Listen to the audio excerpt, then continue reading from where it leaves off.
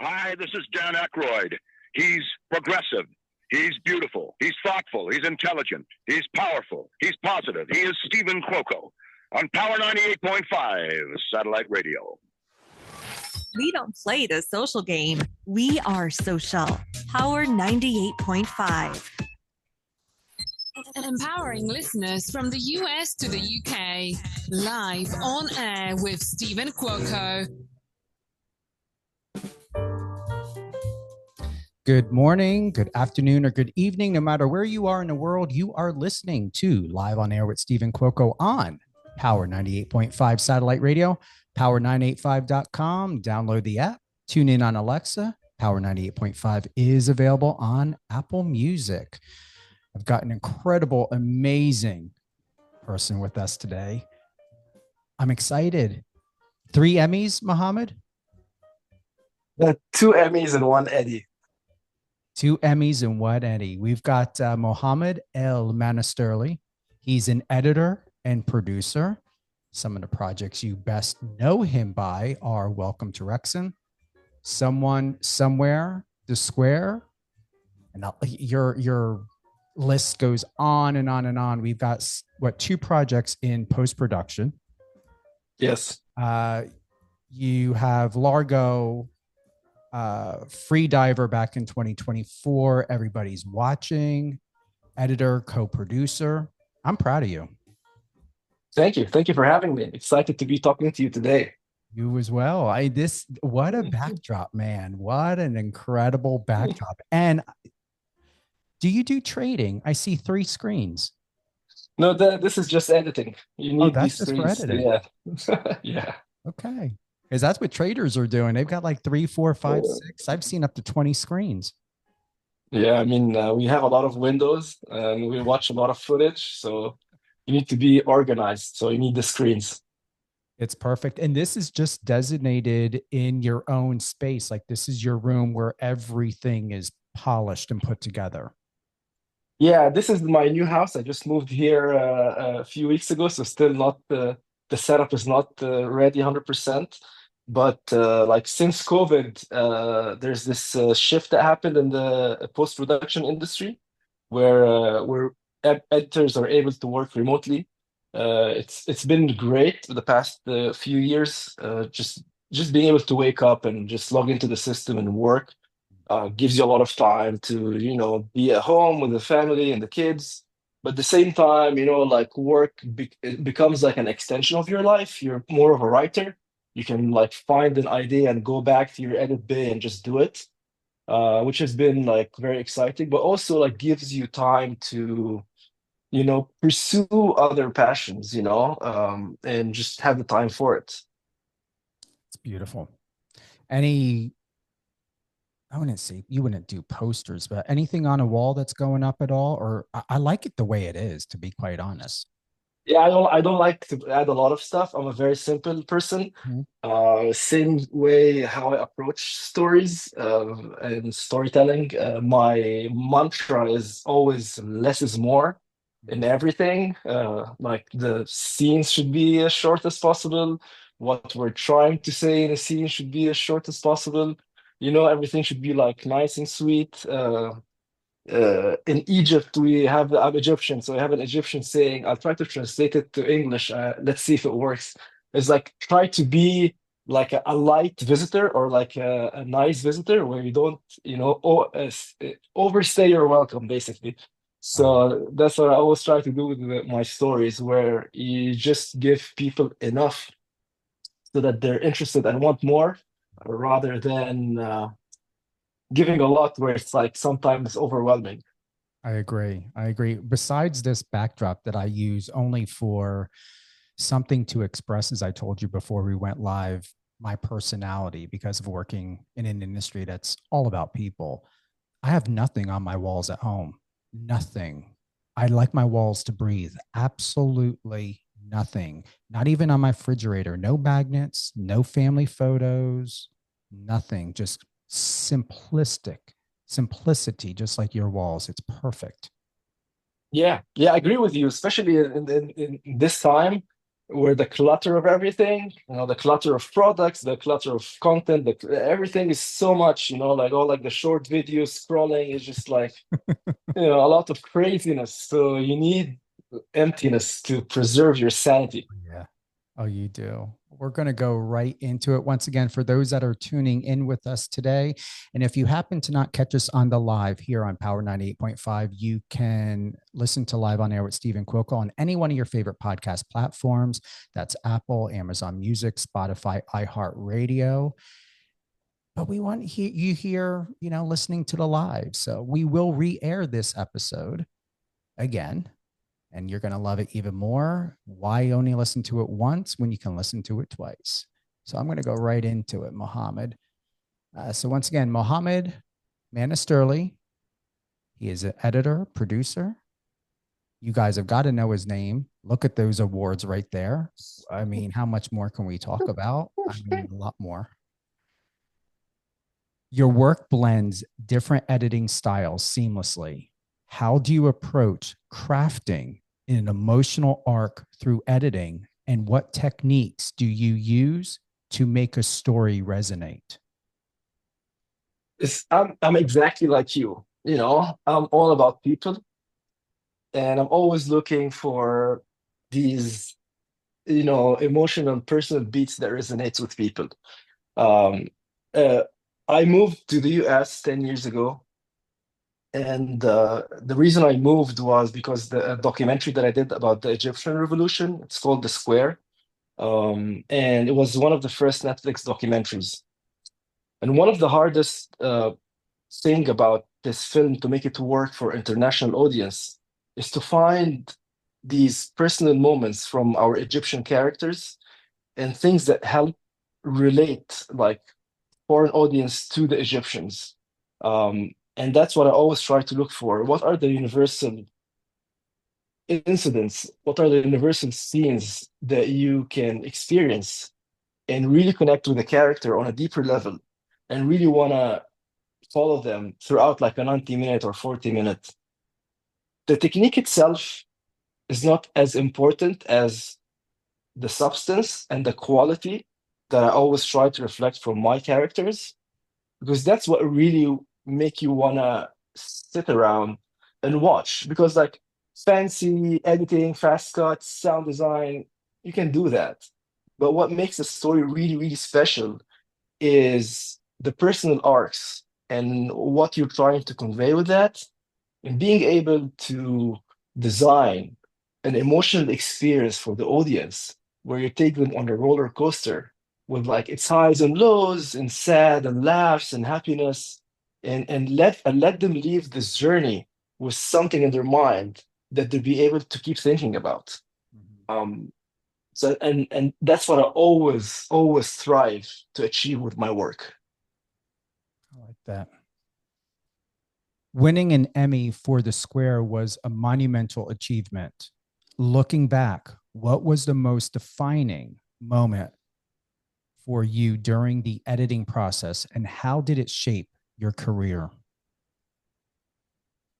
I mean, there's a lot of moments in this because again, like The Square was about the Egyptian revolution, and the Egyptians went and protested in 2011 against the government for social justice, women empowerment, and a lot of problems that we're facing at the time.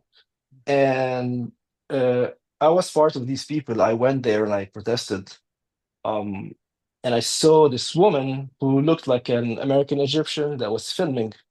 And I went and I talked to her. And I was like, what are you doing? Like, I'm doing a documentary about the Egyptian revolution. And it turned out to be Jehan Nujayem, the director of The Square. And I offered to, jump on board to help out. And they needed an editor that speaks Arabic because everything was in Arabic, and they need someone to help bridge the gap. So I jumped on The Square for 3.5 years, and it really, really changed my life. This was something that I did out of passion. This is a story that I followed because I wanted this story to go out. Even though we were, as a production, we were struggling in the beginning because it was an indie film with budgets and everything. And I had to leave I had like a very good commercial career back home, doing commercials and music videos and talk shows. I used to make like good money at the time. But to have faith, in a story and leave everything behind and dedicate 3.5 years of your life to just tell one story and really bank on everything. It really worked for me. The film got won Sundance Audience Awards. It got nominated for an Oscar. It won 4 Emmy. It won 4 Emmys, and I was invited to attend the Oscars. And I arrived at LA, and I really fell in love with the city, with the weather, with the people, with the whole idea of it being, the center of film industry, which I hope it stays that way. And I just felt like this is the place that I can live in, and continue living my life and tell as much stories as possible. To expand from that, how do you keep yourself grounded? Because I would assume, especially in your career, Mohamed, it can be very very fast. I'm assuming maybe sometimes you have to have certain haste in the way that you have to maneuver through certain things. So how do you bring it back into that foundation of structure and calmness? How do you find your calmness? There are too many different levels to it. Is your question about story structure itself, or you're talking about my life in general? I would say both, because they're both part of you. Yes. I mean, if I talk about story is like, the idea that you accept that you don't have all the answers and you would never have all the answers at once. And it's a trial and error process. And you have to start with what you know first and then work with it. And then it will speak to you. Like, for example, you start by watching the footage and you start by marking or adding notes of the stuff that you like. This is something that you know that you like. And then you start finding these themes, and scenes and points that you love. And then you have them. And then okay, how can I put this together in a structure that has a beginning, middle, and end? And then you start doing that and you put it on a board. And from it, you start creating some sort of a map. And this map is what preserves your sanity later on. Because when you create this map and you have this plan and you pitch it to the director and the producer, and everyone agrees in a way, and then when you start digging into the footage and trying to achieve each and every scene of these, sometimes you get lost. Sometimes you are like, oh, so what are we doing now? Why is this scene here? What are we trying to achieve with that? So having a plan and having a structure that everyone agrees on early on is very important. And what I try to do is I try to tell them, the producer and the director, if you like this, let's, as much as possible, hang in there until it's done. Because every scene where it is cut in a certain pace and has a certain mood and a feel for a reason. If you move it from where it is, it doesn't have the same meaning. Because sometimes I always talk about variation in space and feel. I think you shouldn't have fast editing all the time because it becomes jarring. And you can't have slow editing all the time because it becomes boring. But if you have like a fast scene and a slow scene and a fast scene and a medium scene, you create the symphony. It's like a song, the song usually it's not fast all the time. It's like there's an intro to it, and there's a climax, and then, concludes. So just being able to plan this early on and go in the edit and achieve that, but stick to it. And having this plan helps preserve your sanity. That's work-wise. And the personal aspect of it is to, as much as possible, because you spent a lot of time with technology, as much as possible, I try to not interact with it in my normal life, try to go climbing or go surfing, go camping, sit by a fire, just be able to really, get out of it. Because editing is it really engages your mind. And I always say, like, you're always working, even if you're not, because it's a puzzle and you're trying to put it together. So when you're not working, this is actually where the ideas come in. And if you're bombarding your mind with media and stuff, you don't let space for these ideas to come together. But when in my vacations or in my weekends, you know, hanging in camping by a fire or by on the beach or something, this is where you start taking a step back and see all the dots and try to and things start to link together. What I heard and the way you were moving with your hands, Mohamed, you're creating a heartbeat for moments, a heartbeat for integration and sound and movement and partnership. That's what 100%. yeah, I like that. Yeah, and there's a big aspect in what we do, and it's very important that makes the things work. It's called like a setup and the payoff. Okay. You can be like in the underground or something. You're in a public transportation. And you see this guy sitting, and then see that his kid's doing like crazy sounds.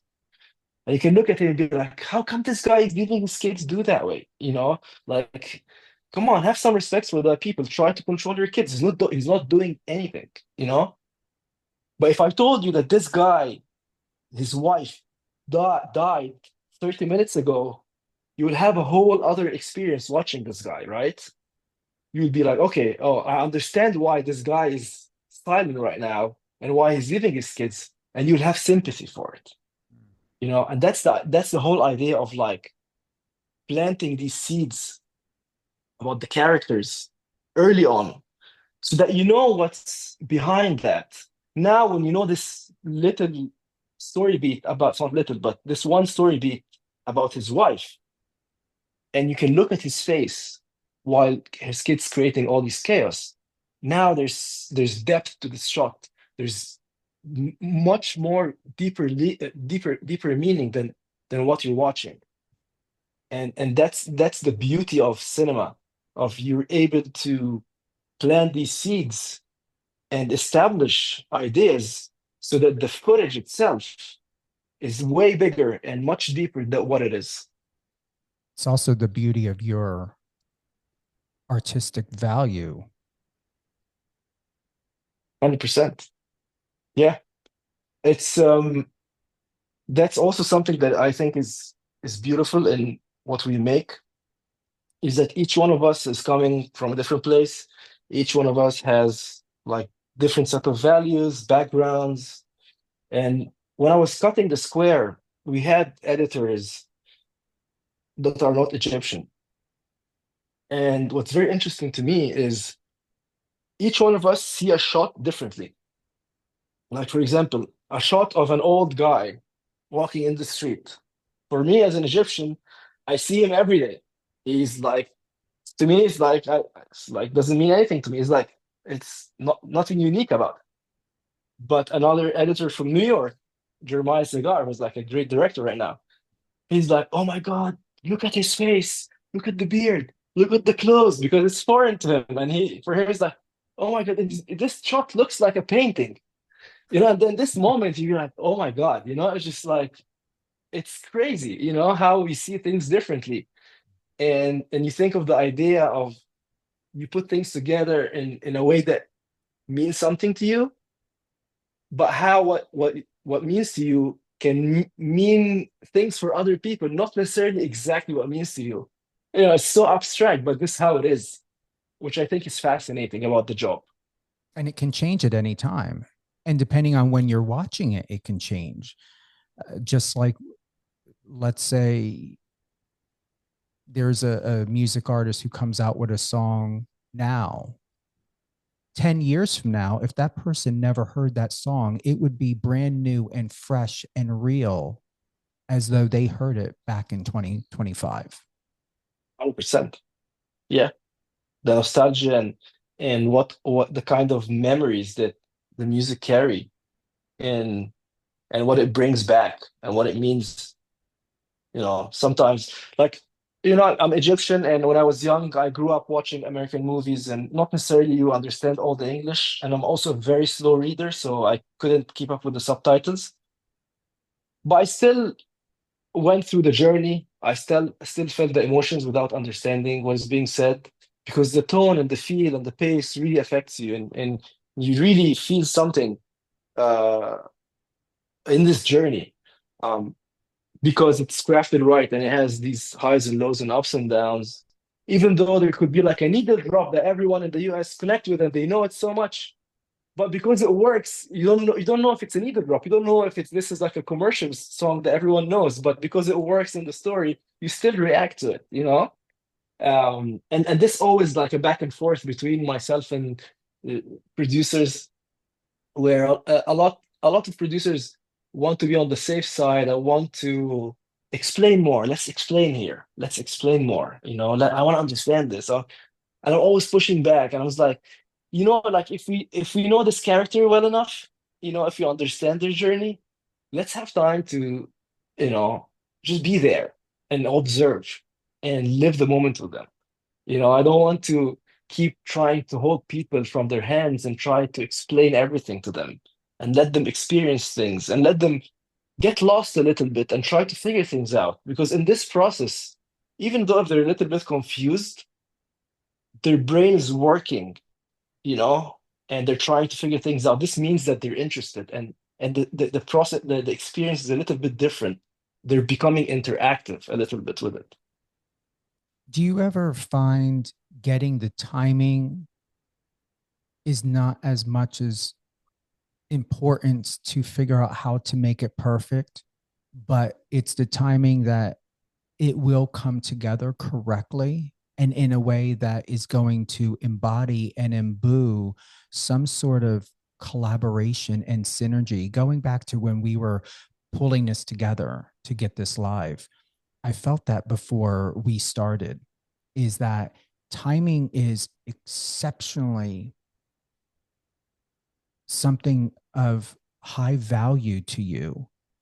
And when we think about interpretation and connection, it really was something that stood out, that I was extremely aware of, that not too sure if you knew how live radio worked or putting this together.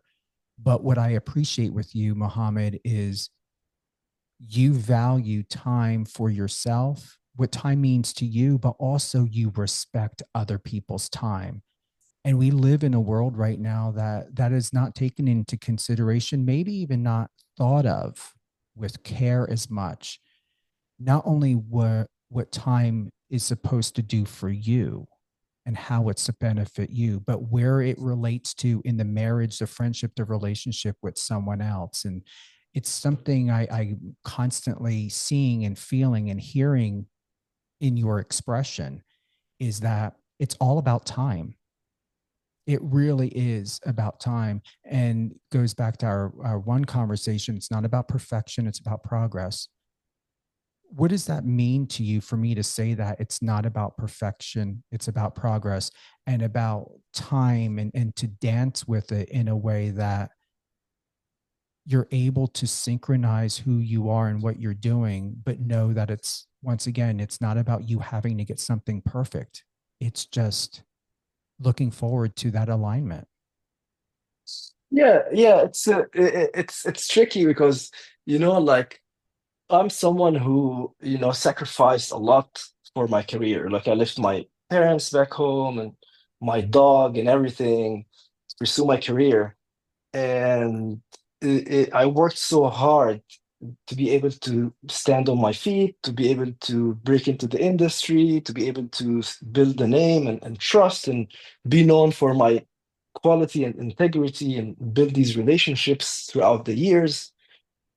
And the more success you have, you're always like, oh, but I didn't sacrifice all this just for that. I need more. I want to achieve more. I want to do more. I want to do more. But at the same time, you look back and you'd be like, oh my God, I've been working all this time. I've been spending all my life working. Years are passing by and I'm just working. And it's just like trying to find like the balance between moving forward on these new things, but at the same time still perfecting your work. uh, it's a tricky balance, especially when you have kids and you have deadlines, and things sometimes take longer than expected, and you need to meet these deadlines, but at the same time you want to find time for your family, but at the same time you're kind of tired because you're working so much. And I'm 40 years old now, and having all these reflections about like the past 40 years and what's next, and trying to find your, you know, what you really want to do with the next phase of your life, and to be able to create a balance between work, success, and the quality of life. And that's a big question that I'm still trying to answer, honestly. Yeah. I want to ask if you have any regrets, but I don't even want to ask that because I don't see that in you. I'm sure you probably would think, well, maybe what we discussed before would have been nice if maybe something happened earlier, like 20 years ago, but look at the body of work you have. Look at how refined and seasoned. They may be just trophies to someone else. However, those are not just trophies. That is physical artwork that has been amalgamized.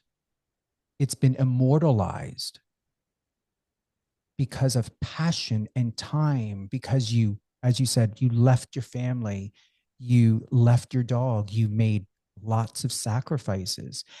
And that's what I see. I see immortality with those awards. That is something of emotion and intellect and experience and knowledge that we cannot physically see until it's been put together, as it's clearly right there. And I appreciate that. Thank you for that. And going back to the idea of like, could things happen earlier? I don't know, because I feel like things happen at the right time, because you could have gotten these opportunities, but you weren't ready for them. Like, before coming to the US, I had about like 8 years of experience back home. Working in Egypt is different than here. You need to be very fast, very, very fast. Crazy deadlines, work like crazy hours. So I was technically proficient and using the Avid and Premiere and everything in a very good way. Um, n- Documentaries aren't very popular in the region for some reason, not as here. But coming here, and we're also working on the square, and the idea of like, you're writing with the material, and just the craft of like finding the story and putting it together, and everything that we've been talking about. And the more time passes and the more projects I get, it really prepares you for the next step. you know I worked on, as I said, like a lot of music videos, a lot of commercials, and it really, all these different skills came together, um, during what we used to call it, like, this was like 6 7 years ago, like the golden age of documentaries, where docs started to transition from being a subject matter. It's indie, it's about a certain idea. We try to create change, which is great, which I love that about it 100%. But the fact that there's a shift that happened, that it's started to become an entertaining medium, more of it. But at the same time, to make it entertaining, it started to try to make it fast and snappy and funky, and uh and it teases you, and you say less, and so all this stuff is in, for example, in commercials, in commercial editing, where things are fast and try to try to convey certain idea in a very short time, or in music videos where you try to tell the story with just visuals, or just try to create a feel, just a feel, and this started to become needed in this era of the golden age of documentaries. But at the same time, the speed that I got from working in Egypt, and to be able to craft scenes really quickly and show producers and stuff. If these opportunities came before that, maybe I wouldn't have been able to, do a good job with it. I don't know, it's just the biggest question, Steve, is what's next? You know what I mean? Like you reach this with docs and everything, but what's next? That's the biggest thing, and just being able to keep pushing as well, keep pushing because uh we are in times that there's a lot of uncertainty, you know, around the industry, and it's been for a while right now. Um, and you could be working and busy and everything, but there's always this question of like, okay, what's going to happen? With AI, with the tax incentives in California. There's a lot happening, and there's always this big question about, okay, what's the next step? My honest response to that, if you are asking me consciously, subconsciously, subliminally, you have to prepare now. You're doing exactly what you're doing at the right time. As I said to you before privately, I said, you are on time. You are on time. I hope so. Don't wait, but don't be waiting to ask what's next. Go out there and make it. Yeah. I mean that's what I'm doing right now, because I have been, I had very little mentors in my career. I had mentors back home, but in the documentary world and stuff, I have very, very little mentors. I taught myself, and I learned by doing mistakes. And there's very little information about how to write for documentaries, how to use the footage to just tell a story without a script. And that's what I'm doing right now. I'm creating a documentary editing course that is based on storytelling, and I'm using some of the award-winning shows that I worked on to show people the way to watch footage and do selects, and be able to craft a whole structure for a 90-minute film or for a TV series, and be able to do that. And in a way, I want to give back. I don't want it to be difficult for people to be able to experience that, because like getting a chair in an edit bay in a big production is not something easy to break in, and to really interact with these amazing editors and producers, because the competition is so high, so breaking in is so difficult. So I would love to at least make make the journey a little bit shorter for people who are passionate about editing docs, and be able to give them like this kind of knowledge on a golden plate, to make things a little bit easier for them. If you ever do a speaking engagement or any sort of events, do not insult yourself by paying to be there. Make sure that they're paying you. Like if TEDx wants to ever like knock on your door, they need to be paying you. You not pay them. Okay. I don't like Okay. the whole thing of people doing speaking engagements, and I'm finding out they're spending $10, $15, $25,000 just to get on stage to talk to people. Oh wow. Yeah. Being bilingual in Arabic and English, you've edited films that connect diverse audiences.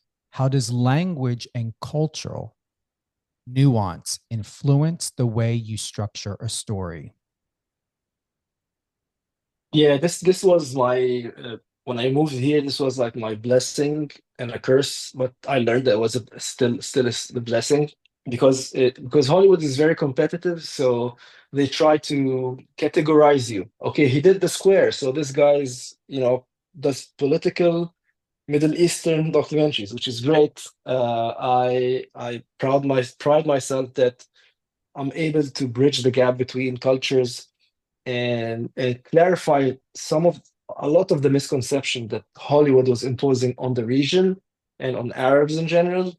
And just me coming in and being able to find the similarities rather than the differences, and like in very simple terms, like sometimes all these films were shot in Arabic, so it's much easier to get someone who speaks Arabic to edit them. And sometimes I worked like on the subtitles and everything, and sometimes when I try to translate the subtitle word by word, doesn't make any sense. The idea of like, okay, this is what they're saying, and this is what these are the actual words, but this is what they're trying to say, made a huge difference. And a lot of times people are like, oh, that makes sense now. That makes sense. So again, just like try to find the universal aspects of people, as people, that makes you connect with them on a deeper level. That's all what it takes. You should write that down. Put that on your course. Seriously. Every editor faces moments where a scene just isn't working. Can you share a time when you had to completely rethink an edit and what that process taught you? Every time. It's a big part of the process. Like you can, as I talked about earlier, like finding this plan and like finding the structure and go and follow the structure. This is great because this is, again, like going back to the same idea of like start with what you know and then it will speak to you. A lot of the times, some of these things won't work. A lot of the time, something could work for you and you love it so much, and then you get a note from the director or producer that they want to change it or restructure or whatever. At first, when I was young, I was like, oh, my ideas, and try to protect it as much as possible. But the more you grow, and the more you mature in the craft, you learn how to preserve your initial thought or initial direction, but at the same time be able to integrate their note and to make it something better.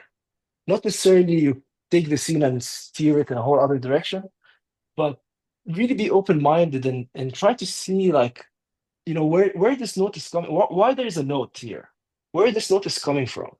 And not more, like 80% of the time, the suggestion to solve the note from anyone else is not the solution. Usually the solution is somewhere else, but if you understood the essence of the note, you'll be able to solve it and craft a scene that you're happy with, but at the same time, the studio or the network or the director are happy with. At the same time, that's the best aspect of the job, is working with people with different perspectives and ideas and backgrounds, and we're all coming together in this one, in this piece of art. How are we able to take all these thoughts and let it work smoothly together to tell a coherent story? You've worked with visionary directors and producers. What makes for a truly great collaboration, and how do you balance your creative instincts with the director's vision? You touched on it, but could there be more that you could elaborate on? Yeah, I mean, directors are so different in their approach. Like some of them are very well like prepared. They know what everything scene is about, and they give you like clear direction from the start. And then they might leave you to do whatever you want. Like that's what I want. Go and do it. Some of them have a different approach. They come and give you broad ideas and they let you go do it. And then they come and then they see what you did and they work with you on it. Some of them are, it depends on the flexibility and the way they like to work.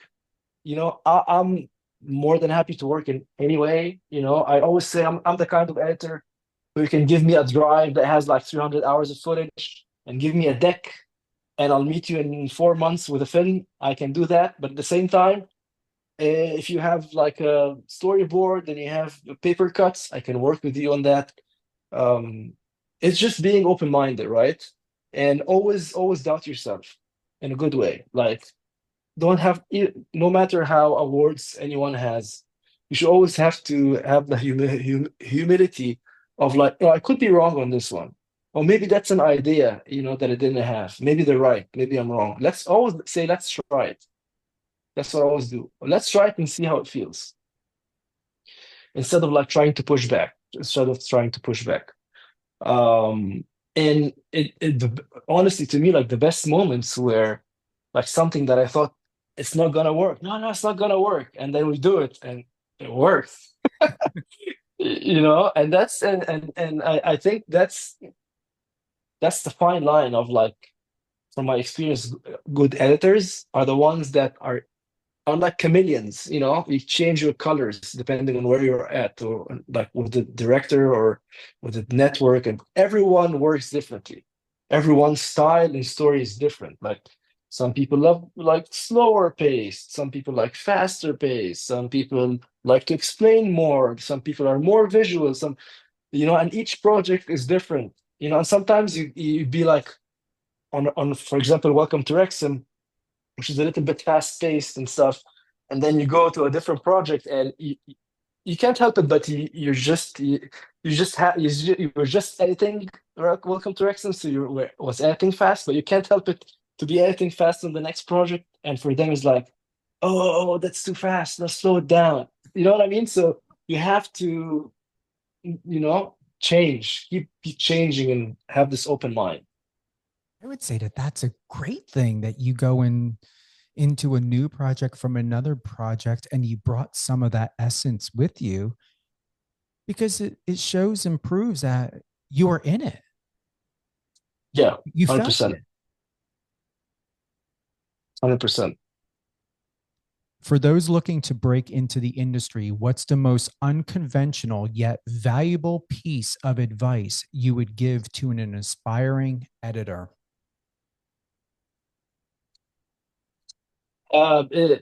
Just be able to deal with people.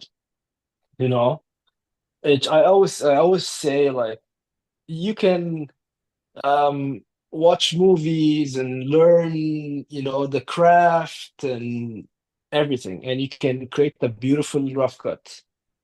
But if you can't deal with different minds, different perspectives, and work under pressure, you'd never be able to make it. That's it. I mean, some I've seen in my career, like super talented editors, but they're little arrogant. They can't take a note because they think that their work is great, but so no one knows better than them, But if you still do great work, but at the same time is able to take these notes and incorporate it in a way that makes the work actually better. Not because you gave me a note that I don't like. Okay, I'll do your note to show you that it was wrong. No, you take the note and try to make something beautiful with it. And this is when people want to work with you again, because you took their ideas and make something even way better than their initial idea and what your original scene was. Yeah, I don't think I would want to do that. Not when someone's the one who's writing the check.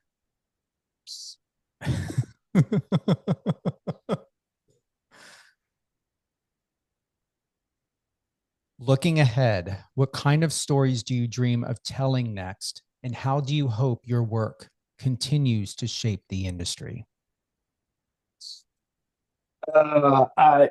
Any good story, like I want to do. Like, I don't have preference on anything, as long as it's a good story and it's a great collaboration with like-minded people, I am into it, because again, like every story you enter, it's its own world, its own visual language, its own music, its own pace, and you just live in it for 4, 5, 6 months, and it becomes your world for a while. So the merrier. The bigger the difference, the better. I'm always keen to, experiment and try new things and blend between genres as much as possible. I am working with an Apple show that I can't talk about, but it's in the immersive media, which is very, very, very exciting. It's something that is beyond. It's just like if we're worried about the future of the industry, no, this takes storytelling to a whole other level. Really? Yeah, because I experienced VR before, which is like, oh, they put you in the sea and you look right and left, and after a while it's fine. Yeah. But to be able to tell a story with it and to be able to that, it's just you're just in it. Everything is so magnified. And I see my work on it, and it's like I keep telling them, this is the new big screen. This is it, and it's personal, and it's here. You're in it, and I'm very, very excited about that. If I may ask, Mohamed, how do you feel about AI? Should anyone in your field be concerned of where we're going with technology? Is that something you can answer? Yeah, 100%. I kind of like aspects of it.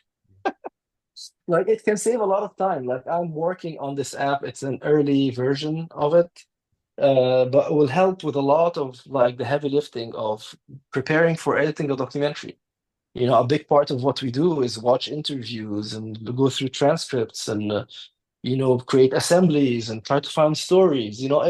If there's like a tool that could cut this time with half and like let you edit right away, I'm all for it. It's good for like more time for us to spend with our families. Less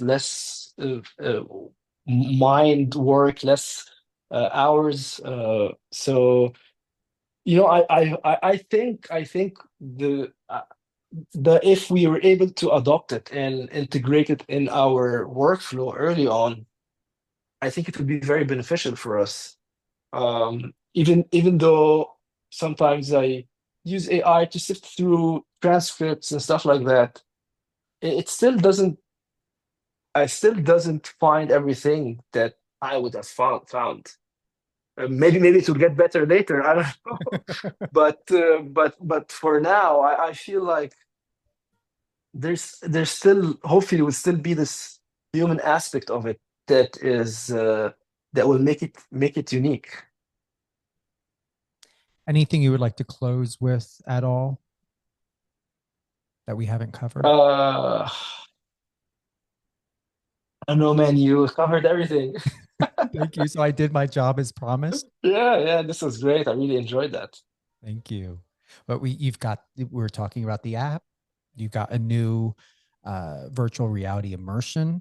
Hopefully later on we can talk about, hopefully. Yeah. The road. Yeah. My course would be I'm working on like a tease for my course, and and on like a one class that I want to put out to the people to get early feedback and see what is working and what is not working and what do I need to improve on before I go full on and just finish the course. I'm very excited about that. Yeah, try to spread the knowledge to as much people as possible and help as much people to be good at the craft because it's a beautiful craft. I agree. Thank you so much for this. Thank you. Thank you. Mm-hmm. All right, bye. Bye-bye. Thank you to everyone who's tuned in to Live on Air with Stephen Cuoco on Power 98.5 Satellite Radio. Wow.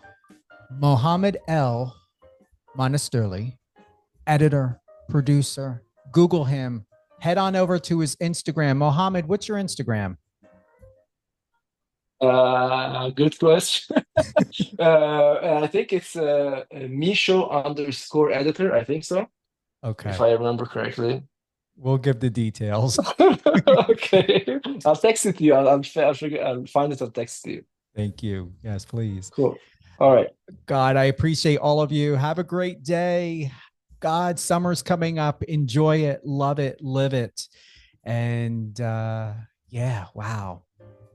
What an awesome episode. What an awesome episode with Mr. Mohamed. Hey, You're listening to Power 98.5. Once again, download the app, tune in on Alexa. Power 98.5 is available on Apple Music, and you can head on over to stevencuoco.com, StevenCuoco.com for all things public relations, media, and more, and Power 98.5 satellite radio, power985.com. Take care, everyone.